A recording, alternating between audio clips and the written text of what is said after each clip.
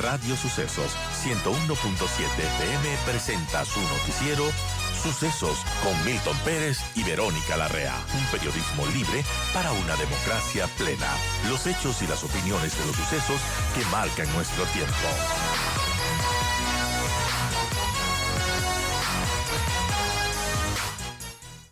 Iniciamos nuestra ronda de entrevistas en este 7 de marzo del 2024, en este jueves. Está con nosotros Jean-Paul Pinto, experto en seguridad y defensa. Hola, Jean-Paul, muy buenos días, gracias por estar aquí. El día de mañana fenece el estado de excepción. Eh, ya de alguna manera el presidente de la República ha señalado que le puede dar una prórroga de 30 días más, como constitucionalmente procede. ¿Es necesario hacer esto? Jean-Paul, bienvenido. Buenos días, gracias por la invitación. Saludo a la audiencia de la radio. Mira que tal vez 30 días no sea suficiente, ¿no? La seguridad no es un tema que se resuelve por plazos. No podemos decir, ¿no es cierto?, démonos 30, 60 días y esto se va a resolver. Esto va a ser más de largo aliento, ¿no? Y te doy el ejemplo de las cárceles, ¿no? Para que las cárceles puedan realmente solucionarse y tener un control pleno, van a pasar por lo menos 1 o 2 años más, porque lo que hace falta es que para que los militares salgan, tiene que haber una reestructura del SNAI, un plan de reestructura total, y esto implica crearlo, implementarlo, ejecutarlo, y esto va a tomar por lo menos 1 año o 2 años, y eso implicará que los militares tendrán que quedarse este tiempo. Ya. Entonces, un mes es, me parece a mí, absolutamente necesario, pero no podemos pensar que la seguridad es un tema que se resuelve por etapas o por plazos de este estilo, ¿no? Ya vamos a ahondar en el tema de las cárceles.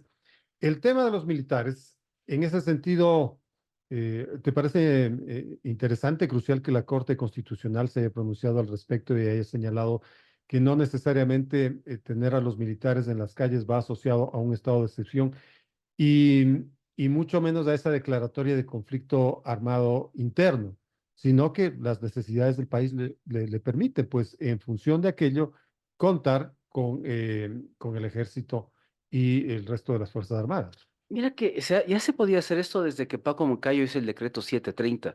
Ahí un poco se decía que el Comando Conjunto ordenaba inmediatamente a Fuerzas Armadas operar y coordinar con la policía en tareas de seguridad interna, pero me parece que ellos no querían operar hasta no tener el marco legal necesario y suficiente como para operar.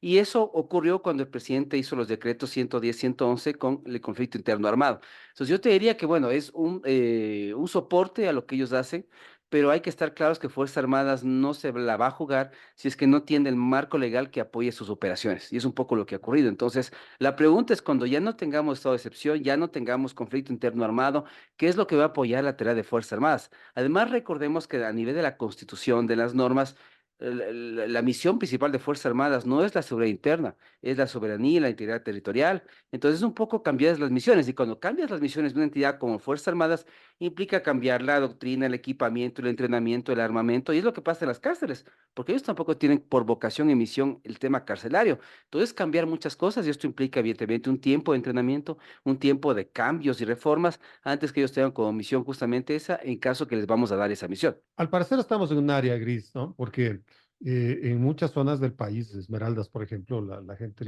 sigue aplaudiendo, vitoreando a las Fuerzas Armadas.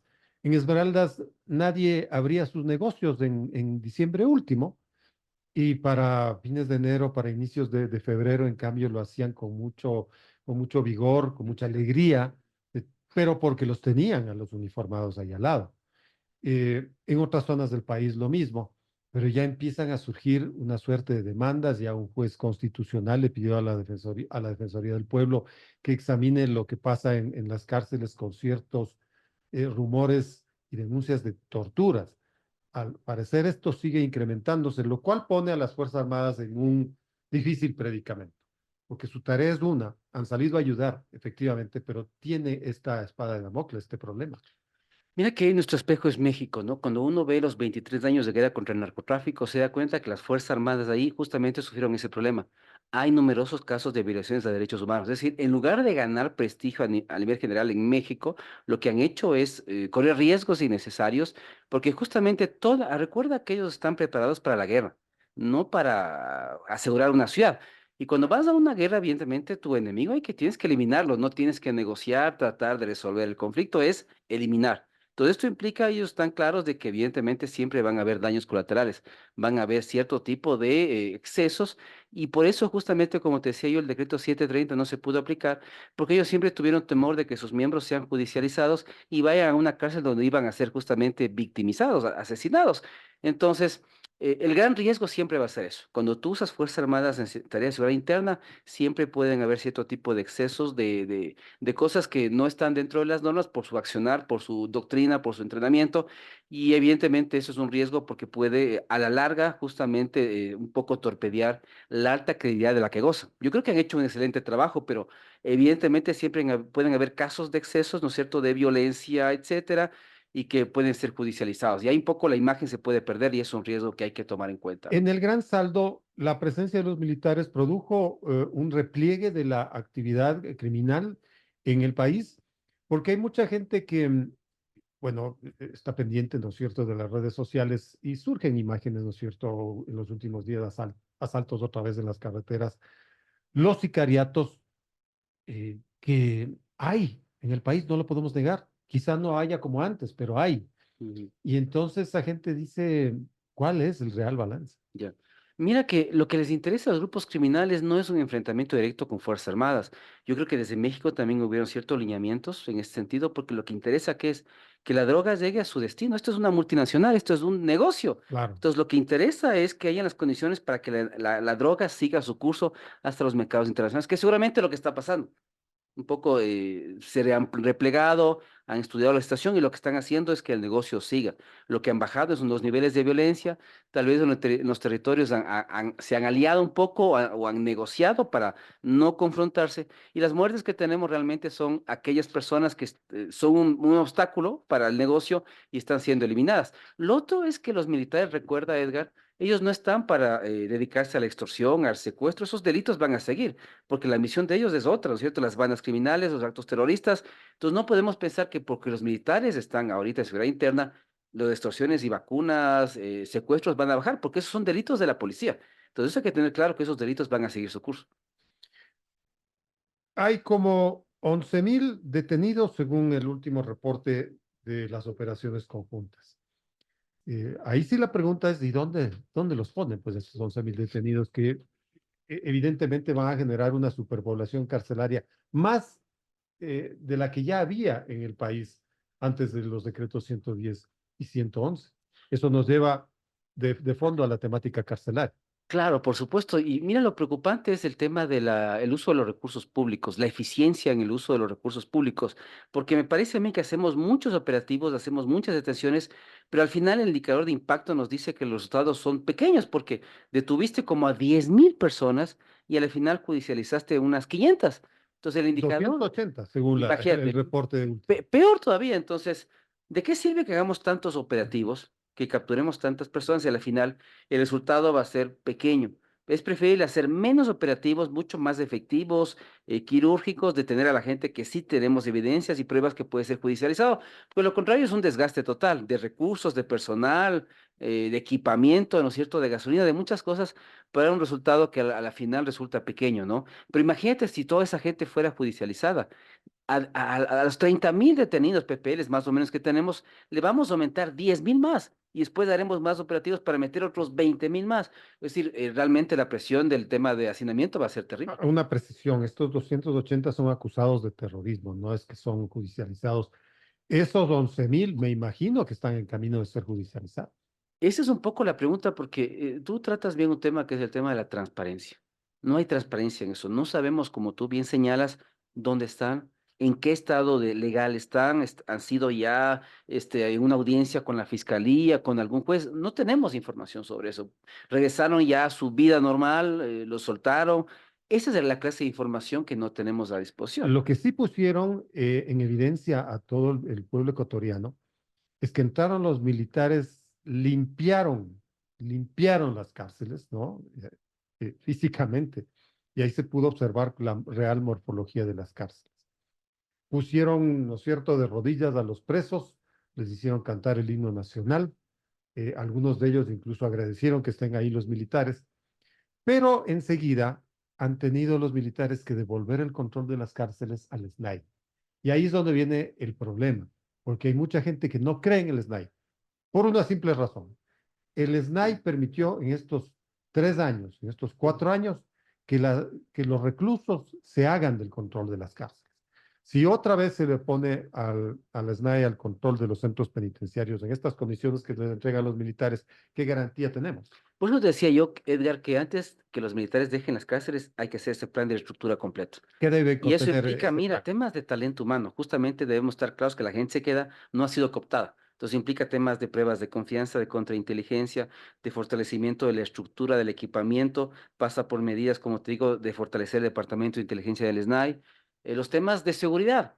Mira que los guías penitenciarios no tienen un seguro de vida. Es decir, afrontan, pueden perder la vida a cualquier instante y sus familias quedan completamente desprotegidas.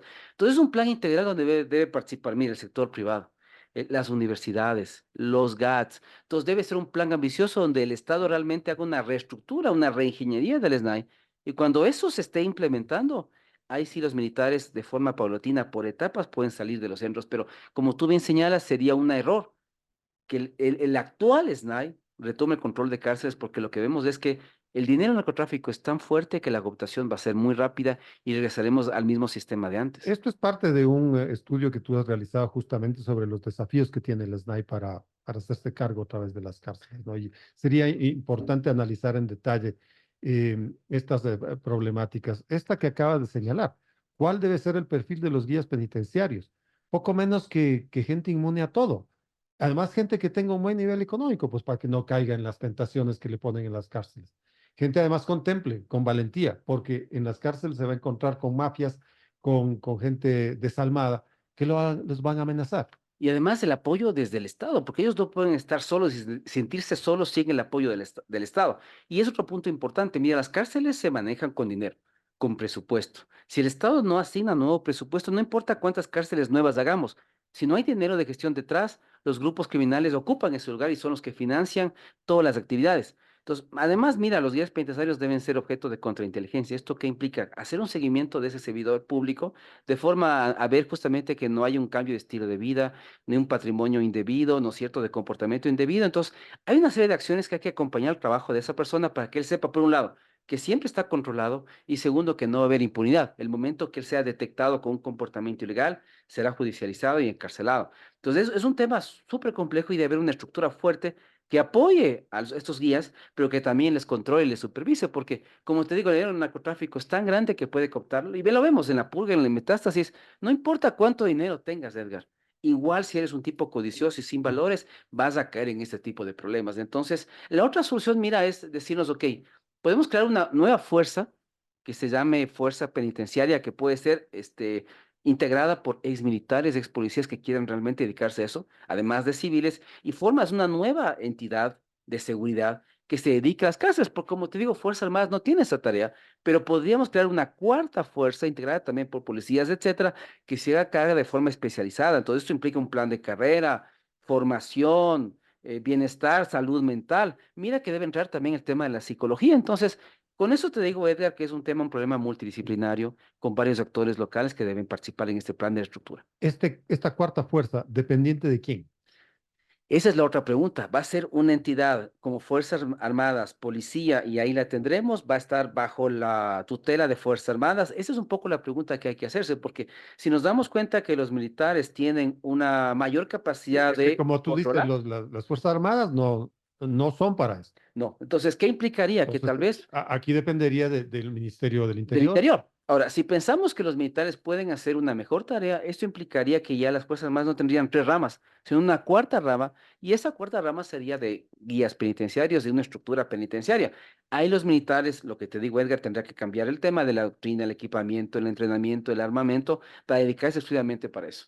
Entonces, y lo otro es hacer cooperación internacional, porque habría que chequear en qué países del mundo las Fuerzas Armadas se hacen cargo de las cárceles? Pero como te digo, es raro que encontremos estos modelos porque no es una tarea de Fuerzas Armadas. Aquí lo que nos tocó es llamarles, pedirles que nos ayuden porque no teníamos opción. Era la única opción que teníamos para salvar el tema de las cárceles. 7 de la mañana con 31 minutos en Noticiero Sucesos conversamos con Jean Paul Pinto, experto en seguridad y defensa. Este tema hay que ahondarlo, ¿no? Porque de lo que tú me señalas, en primera instancia se me ocurre una reforma constitucional, porque aquí están señaladas muy claramente cuáles son las fuerzas del orden, las fuerzas armadas en el país y cuáles son sus responsabilidades. Tenemos una cuarta fuerza que es un poco un mix entre las fuerzas armadas y la policía. Entonces, eso no puede ser incorporado No, no, no. por un gobierno. Eso Imposible. tiene que ser autorizado y detallado por una reforma que deba estudiarse en el Parlamento. Claro, mira que esa es una reforma del artículo 158, porque ahí está consagrada la misión de Fuerzas Armadas. Entonces implicará justamente reformar ese cuerpo legal de forma a darle vida a esta nueva entidad, porque ahí es el dilema que tenemos que resolver. O reforzamos el SNAI con los 15 desafíos que tú los estás viendo, o si no creamos esta cuarta fuerza integrada, como te digo, por, qué sé yo, ex militares, ex policías o gente con experiencia en el manejo de cárceles y que van a crear esta nueva entidad que podría reemplazar al SNAI. Eso es un poco la discusión que hay que tener. Lo otro, Edgar, es, si nos damos cuenta que las cárceles no son la solución porque son centros de criminalidad, ¿qué otra opción tenemos? ¿O a qué sistema de rehabilitación, reinserción y castigo le vamos a apostar? Porque esa es una cosa que no se habla a nivel de Latinoamérica. Las cárceles que vivimos en Ecuador las tienen Colombia, México, Brasil, con el primer comando de la capital. Esto no es un problema ecuatoriano. Las cárceles en muchas partes son centros de operaciones de los grupos criminales.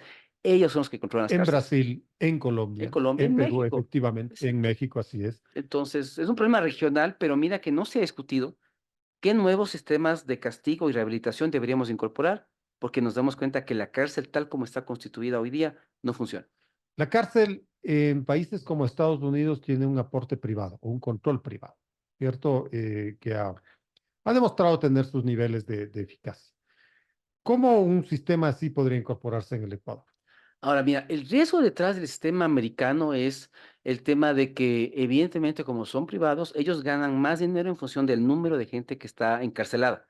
Entonces, esto evidentemente implica un sistema de cuotas y vas a tener un sistema judicial que siempre va a privilegiar el tema de que a la persona se le dicte cárcel, justamente. Entonces, yo veo, esa es una cosa que hay que paliar porque podemos caer en eso. Es un poco el tema de El Salvador, el tema de las cuotas. Mira, Claro. cuando salen a las calles, los militares tienen una cuota. Recuerda que hay un estado de excepción permanente en El Salvador y eso implica que ellos tienen que detener gente y funciona muy bien el tema de la delación.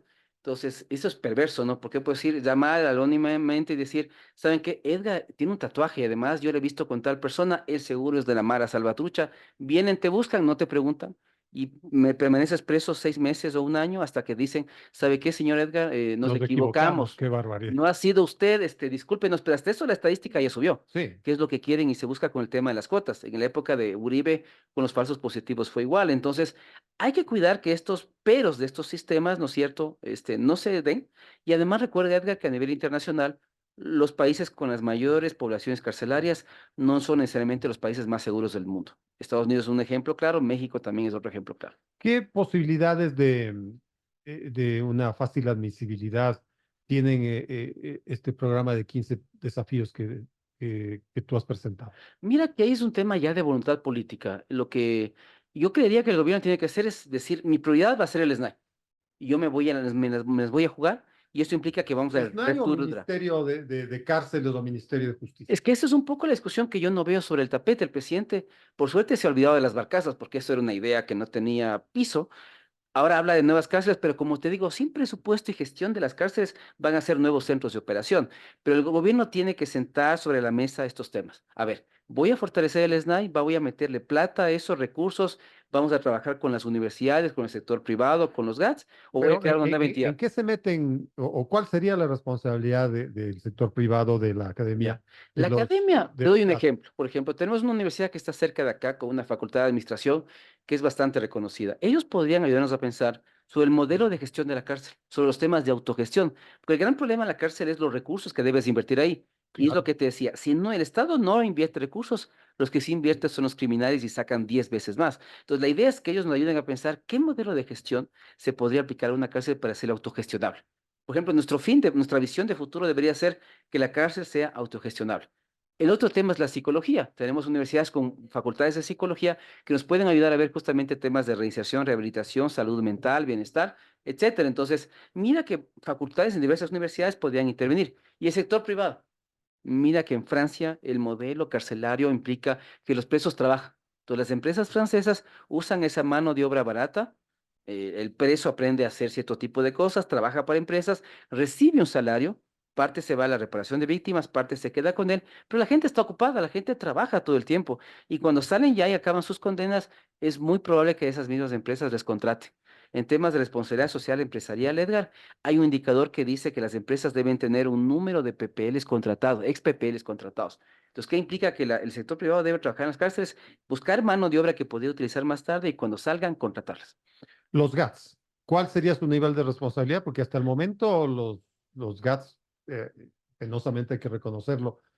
Por ejemplo, en el tema de cárceles, lo que dicen es, a ver, a mí no me pongo una cárcel en mi Claro, perímetro. exacto. Es que, claro, uno dice, ¿quién en sus cinco sentidos puede querer una cárcel cerca? Ah, Pero el tema, mira, que tampoco fue bien así es la manejado. protesta ahora en Moreno, Santiago Sí, y en pero Santa es que Elena. mira el error también del gobierno por la falta de experiencia. Cuando quieres poner una cárcel nueva, la primera tarea es En conversar, Pastaza, perdón, es la protesta. Pastaza y el otro Santa Elena. La primera cosa que tú haces es conversar con la comunidad, con las autoridades locales, decirle, mira, tengo este proyecto. Les voy a explicar en qué les va a beneficiar y díganme ustedes qué provecho quieren sacar de ese centro. Y comienzan a negociar, a conversar hasta que al final se ponen de acuerdo y dicen, ok, perfecto, nos interesa porque podemos beneficiarnos de esto y esto, vamos a utilizar para estos temas y con eso se firma ya un convenio y se hace la cárcel. Pero la cárcel no puedes poner porque tú tienes un terreno sin uso y porque quieres. O sea, esto es un O sea, proceso de porque está negociación, porque refundido, está porque refundido, está legítimo. lejísimos. Tú tienes que negociar con la comunidad el cómo el GAD se va a beneficiar del proyecto, cómo va a recibir dinero, va a usar a los PPLs en actividades del GAD y justamente va, por ejemplo, tareas agrícolas se me ocurre. Por ejemplo, los PPLs en esas zonas, por ejemplo, en Santa Elena son terrenos agrícolas. Así Entonces, es. tranquilamente esos PPLs podrían a dedicarse a eso y sacar, ¿no es cierto?, cierto tipo de productos que pueden venderse en los mercados, etcétera. Entonces, ahí el GAD se da cuenta de que tiene una mano de obra que puede utilizar para fines agrícolas, entonces le interesa el proyecto. Entonces, el GAD lo que hace es justamente decir, ok, usted quiere poner una cárcel acá, a ver, estudiamos juntos los beneficios, cómo puedo yo sacar provecho de eso, en qué me beneficia, y ahí sí negociamos el tema de traída de la cárcel. Nada de esto se ha contemplado. Nada. De hecho, el tema de recursos es lo más preocupante, porque en la proforma presupuestaria apenas hay un rubro de unos 300 millones para el tema del conflicto interno, pero nada más. El otro gran problema, Edgar, es que mira, tienes una situación como de tijera, ¿no? Por un lado tienes una criminalidad cada vez más alta y tienes unas capacidades de enfrentarla cada vez más baja, sin recursos. Tal vez los grupos criminales también están esperando que nos quedemos sin plata para volver a actuar. Es una tensa calma. Lo que no nos puede pasar, Edgar, es que nos confiemos y pensemos que esto se ha resuelto y que ya vivimos en un ambiente de calma y de paz y esto se va a mantener. Entonces, como tú dices, mira, una guerra se pelea con recursos, no hay otra forma. Sí, además que estamos en un conflicto que no sabemos cuánto tiempo va a durar. No es que vamos a día 30 días más y vamos después a resolver todo. Es impredecible cuánto tiempo. México lleva 23 años, Colombia lleva 60 años contra el ELN. Es difícil saber cuándo va a terminar y con qué resultados. Entonces, pero como decíamos, Edgar, si no le metemos plata al tema de cárceles, sobre todo para la gestión de cárceles, los que van a gestionar son los grupos criminales. Ellos van a financiar todo porque ellos cobran por todo. Por eso los PPLs agradecían a Fuerzas Armadas, porque los PPLs pagaban a grupos criminales por cualquier cosa. Un colchón, una almohada, los utensilios que se usan ahí, las comunicaciones, el uso del celular, todo tenía un precio. ¿Pero por qué? Porque si el Estado no está ahí con recursos y con apoyo, los grupos criminales son los que se encargan de eso. Interesantísimo tema. Aquí no se agota, Jean-Paul, solamente por el tiempo, pero seguiremos conversando al respecto. Gracias. Gracias por estar acá. Gracias por la invitación. Saludo a la audiencia de la radio. Muchas Excelente día. gracias.